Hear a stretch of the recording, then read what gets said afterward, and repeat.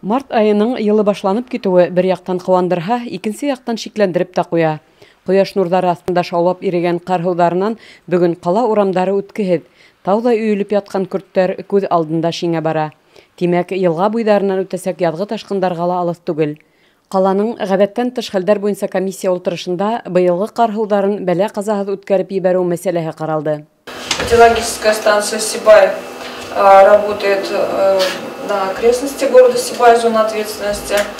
Согласно порядку проведения метеорологических наблюдений и плана задания вашу ГМС проводит учащенные снегосъемки как раз в период снеготаний, это март месяц.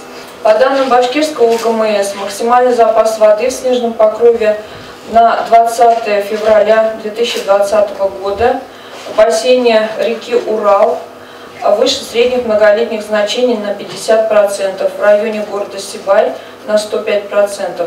Ташкынды үткәрү буенча план төзелгән. Был эштәргә 21 берәмек техника ялеп ителәсәк. Бынан тыш кала хакимиятенең гадәттән тыш хәлдәр осрагы өчен фондка 500 мең сум тупланган.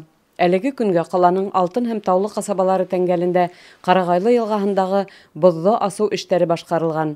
Белгечләр әйтүенчә, тап ошо урындар гадәттәгечә хәвефле санала. Кәңәшмәлә шулай ук кала урамдарындагы һыу канауларын тазарту, турбаларды һәм кодыктарды тикшерү эшләренең барышы турасында сыгыштар тыңланды.